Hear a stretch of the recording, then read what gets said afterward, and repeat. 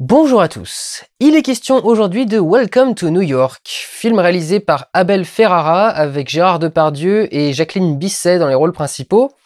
Le fameux film qui revient sur l'histoire, l'affaire DSK, et qui est sorti directement en VOD, soi-disant pour tester une nouvelle formule. Tester le système de la sortie directement par VOD. C'est aussi un peu pour ça que j'en parle, parce que c'est possiblement une des évolutions du cinéma, de ne pas tout sortir en salle, mais de sortir certaines choses directement dans des sorties dématérialisées et numériques. En ce qui me concerne, j'y crois jamais, enfin j'ai jamais été partisan de cette façon de diffuser les films, pour parler de ça, hein, parce que je parlerai du film après, mais pour parler de ça, j'ai jamais été partisan de cette distribution de films. D'une part, ça facilite énormément le piratage du film, ce qui me semble pas être une très bonne idée, étant donné que déjà à la base, les sécurités qui sont sur les Blu-ray et les DVD, elles sautent au bout de 2 jours à peine. Donc c'est déjà assez difficile comme ça. D'autre part, il y a quand même... le cinéma, c'est un écran, quoi. Alors, c'est peut-être parce que je suis ultra fan de cinéma, évidemment, que je dis ça. Évidemment, j'ai pris un écran énorme pour avoir ce qu'il faut. Mes PC pèsent toujours 3 tonnes parce que je prends toujours des PC avec des grands écrans. Enfin, si je fais aussi du montage, c'est normal. Mais quand même, la taille de l'écran, la taille de l'image, pour moi, est importante. Et se passer de sortie sur grand écran, pour certains films, bien sûr, parce qu'il y en a qui, effectivement, n'ont pas besoin du grand écran. D'ailleurs, celui-ci, je pense, en fait partie. Mais pour certains films, je pense que ne pas sortir sur les écrans serait compliqué. Donc de toute façon, comme voie globale et définitive pour tous les films, je n'y crois pas du tout. Et alors en ce qui concerne la sortie de celui-ci en particulier, je crois qu'il y a vraiment une histoire de qualité de film. C'est-à-dire qu'ils savent que c'est un film qui va polémiquer. Il l'a déjà fait d'ailleurs. DSK a dit qu'il allait se plaindre, Anne Sinclair a dit qu'elle allait se plaindre, etc., etc. Et à vrai dire, je pense qu'ils auraient des raisons de le faire. Mais nous y arrivons dans un instant. Mais je crois franchement que si le film n'est pas sorti en salle, c'est simplement que qu'ils savaient que ça allait se planter, quoi. Le film est pas bon. Donc plutôt que de le sortir en salle, ils l'ont sorti en VOD, comme ça, comme ils vont se planter, ils vont dire ben on s'est planté parce qu'on a testé la VOD. Welcome to New York est un film sur l'affaire DSK si vous prenez cette phrase telle qu'elle est. C'est-à-dire que c'est un film sur l'affaire DSK. C'est-à-dire que, en soi, ce film vous proposera rien, vous amènera rien. C'est le film de ce que les gens imaginent, et j'irais même jusqu'à dire fantasment, de la vie de Dominique Strauss-Kahn. C'est-à-dire que c'est tellement extrême, c'est tellement poussé, ça va tellement loin, et le traitement du personnage est tellement particulier que je ne crois pas 2 secondes que ça puisse être un semblant de réalité. Et d'ailleurs, je crois pas que ce soit ce que le film met en avant, parce que déjà le film met beaucoup en avant son artificialité. Je veux dire, quand on prend le film en VOD, il y a une interview de Depardieu pour ouvrir le film, qui est assez étrange, mais ça j'y reviendrai un peu plus tard. Mais en gros, voilà, il n'y a pas eu de travail d'enquête, manifestement pas. C'est romancé en plus, parce qu'il y a beaucoup de choses qui se passent pas telles que l'ont dit tous les rapports, comme l'ont dit tous les journaux de télé, toutes les choses dans ce genre-là. Et puis il y a une fascination justement pour les images qui entourent l'affaire DSK, parce qu'il y a des plans que le réalisateur a cherché à reproduire, mais à l'angle près.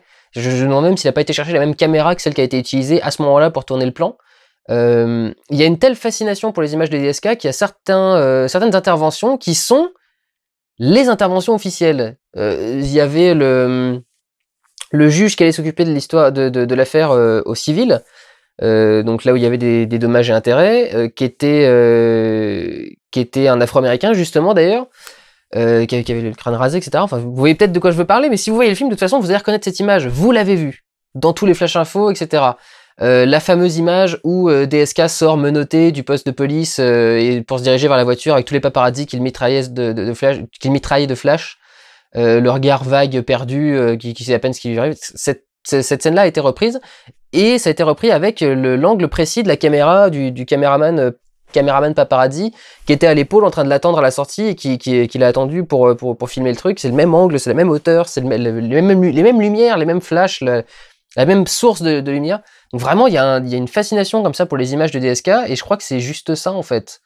Sans aller au-delà, c'est le battage qu'il y a eu autour du film qui le fascine plus finalement. Le battage qui est autour de l'histoire plutôt que l'histoire elle-même presque. En tout cas, c'est clairement pas bon.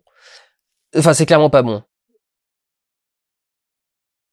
Le début est très déstabilisant parce que le début, c'est une demi-heure de partie fine de DSK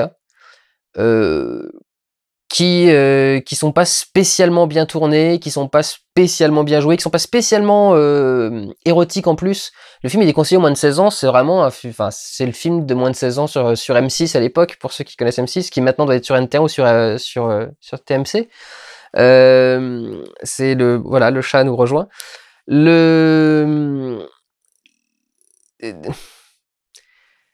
Ça a un intérêt parce que quelque part, il veut nous montrer l'overdose. C'est-à-dire que c'est pendant une seule nuit, c'est la nuit qui précède l'affaire. Et l'idée, c'est un peu de nous montrer que, alors que nous, on en a ras-le-bol de voir ces images, alors qu'un film avec du cul, ça devrait à la base attirer son public. Mais au bout d'une demi-heure, on se fait vraiment chier, et on en a ras-le-bol de le voir en train de lécher des minous et taper des fesses et des machins. Je l'ai pas vu tout seul, et j'étais pas le seul hétéro dans la pièce, le seul gay dans la pièce. Il y avait des hétéros autour de moi. Donc c'est pas juste moi, c'est vraiment un avis général. Et en fait, l'idée, c'est plus ou moins de rendre compte de la maladie de l'addiction sexuelle, en se disant, vous voyez, vous en avez déjà marre, mais lui, il est encore dedans. Puis là, il y a deux nouvelles nanas qui arrivent, il y retourne encore. Puis là, il y a tel machin, et puis du coup, le matin, quand il y a la bonne qui arrive, donc voilà, c'est intéressant en termes de mise en scène. En termes de divertissement et de cinématographie, c'est chiant. Parce que c'est vraiment une demi-heure de scène où il ne se passe rien.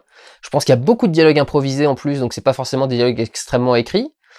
Peu de personnages importants qui arrivent à l'écran. Il y a principalement que le personnage de DSK, alors qui s'appelle Devro dans le film, pour dire qu'ils ont changé les noms et les machins. Mais voilà, il est très long à démarrer, et une fois qu'il démarre, en soi, il n'a pas de construction, c'est pas un schéma en 3 actes, c'est pas un truc dans ce genre-là, il n'y a pas d'aboutissement à ce film. Il n'y a pas de révélation en plus finale. L'idée, c'est vraiment de vivre pendant 2 heures l'affaire DSK, de son point de vue, de son point de vue à lui, qui est un point de vue extrêmement étrange, parce que les personnages de ce film, il y a le personnage, c'est-à-dire il y a il y a l'interprétation d'un homme qui existe déjà, de personnes qui existent déjà, donc il y a le personnage réel, DSK, il y a le personnage du film, Devro, et il y a l'acteur qui est derrière.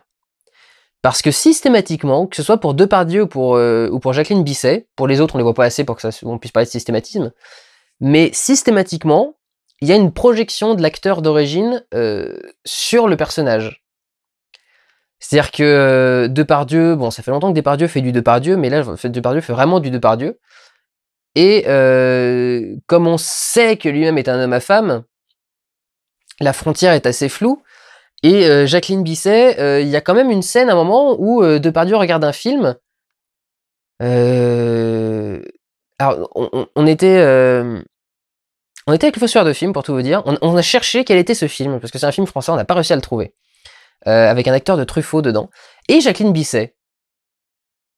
Donc c'est surprenant de se retrouver, alors pour peu qu'on le sache, parce que n'ayant pas vu le film à la base, moi je ne le savais pas, mais les gens qui étaient là ont reconnu que Jacqueline Bisset, je crois que j'ai dit Catherine Bisset depuis tout à l'heure, les gens ont reconnu Jacqueline Bisset dans ce film d'époque, et du coup on fait le rapprochement avec l'actrice actuelle, mais en soi il y a un tel décalage qu'on a du mal à la reconnaître. Mais si on est au courant du truc, il y a une projection comme ça du personnage, de l'acteur sur le personnage, sur le du personnage réel sur le personnage de fiction sur l'acteur, qui est extrêmement étrange. Ce projet est assez bizarre du coup, parce que c'est... on sait plus de qui on parle au final. Est-ce qu'on parle de DSK? Est-ce qu'on parle de Depardieu? Est-ce qu'on parle de Devro? On parle des trois en fait, et c'est ça qui est assez étrange. Et c'est en ça que, en gros, pour conclure, parce que voilà, j'ai parlé de la sortie, j'ai parlé du film grosso modo. Niveau réalisation, c'est pas terrible. Il y a même des choses assez moches. Le début du film, j'ai failli faire une attaque cardiaque parce qu'il y a un zoom. Mais alors un zoom en plus fait vraiment à la va-vite, c'est vraiment le zoom pourri. C'est le zoom où pendant que ça zoome, la caméra bouge parce qu'elle est mal retenue, des machins, et c'est... Ah! Arrêtez de faire des zooms, c'est moche! Arrêtez de faire des zooms, franchement, ça me fait mal, ça m'atteint dans mon être et Ne faites plus de zoom. Le zoom est mort quand on a inventé le travelling. Faites des travelling, c'est moche, un zoom. Même si des travelling qui peuvent être moches, mais ce sera toujours moins moche qu'un zoom. Ah, qu'est-ce que c'est moche ce truc. Ça peut avoir des intérêts dans certaines conditions, dans certaines structures, dans certains récits, mais là, non. Donc en dehors de ça, en dehors du fait que le film ne raconte rien, que le personnage soit tellement multiple dans ses projections que au final il ne représente rien non plus, il y a des espèces de phases de fulgurance, il y a des parties de récit qui ne servent à rien. Il y a toute une... alors, il y a une partie qui revient sur l'affaire de... alors, je ne sais plus comment elle s'appelait, cette nana. La jeune journaliste ou auteur de romans, en tout cas, qui avait interviewé DSK et qui s'était manifestée, elle aussi, au moment de l'affaire, pour dire que elle aussi, elle avait été violée dans un coin. J'en parle avec beaucoup de mépris, je suis navré. Je ne peux pas parler autrement de cette affaire. On peut le voir que de loin. Et de loin, tout ça est un tel cirque que j'ai du mépris pour tout le monde dans cette affaire, aussi bien pour DSK que pour Sinclair que pour les personnes qui sont concernées. J'aurais pas dû en parler d'ailleurs, parce que les gens vont du coup se mettre à en parler. Ne me parlez pas de l'affaire DSK, je ne ferai aucun commentaire en dehors de ce qui vient de m'échapper. Quoi qu'il en soit, il y a cette scène donc avec cette jeune femme dont je me rappelle plus le nom, et il y a une scène avec une autre jeune femme d'origine africaine, une métisse, qui est incrustée juste avant cette scène de viol, mais qui ne sert à rien. On a l'impression que c'est presque comment dire, c'est pas la contre-enquête, c'est... Bah, on a l'impression que tout le film est une accusation et que d'un seul coup, il y a une scène de défense de DSK. C'est la défense de DSK. Et c'est une espèce de scène où on le voit beaucoup plus romantique et amoureux, draguer une nana, mais pas une des prostituées ou des nanas pas très finaudes qu'il drague d'habitude. Comme si c'était pour montrer, voilà ce que ça donne quand il drague une nana intelligente, presque, une nana avec un cerveau. Et qui vient s'incruster là-dedans, mais vraiment pour rien. Qui vient, qui s'en va aussi sec, qui n'a aucun impact sur ce qui est avant, sur ce qui est après. C'est comme si vraiment le film se présentait comme un portrait de personnage, sauf que vraiment ça fait le portrait de personne, ou ça fait le portrait de 3 personnes en même temps, donc c'est une catastrophe. Ça se fait le portrait de... Enfin, donc, c'est pas un portrait au final, ce film. Enfin, c'est une catastrophe parce que ça marche pas, sinon ce serait ultra intéressant, mais c'est une catastrophe parce que ça marche pas. Donc voilà, pas grand chose à dire de plus. Réalisation aléatoire, personnage pas très bien traité, sortie un peu dégueulasse, pareil, parce que la sortie en VOD vraiment pas très belle. Encore que je viens de me rendre compte, la VOD a fait des progrès quand même depuis quelques temps. Je pensais pas que les qualités de streaming VOD seraient comme ça en HD. C'est intéressant, mais c'est pas le film qu'il faut utiliser pour nous convaincre du système, parce que le film est pas très bon en soi. Donc comme ça, vous avez toutes les réponses à toutes vos questions. C'est pas très bon, et la VOD, pour moi, c'est pas une solution d'avenir. Voilà, prenez soin de vous, allez voir des films. Ciao!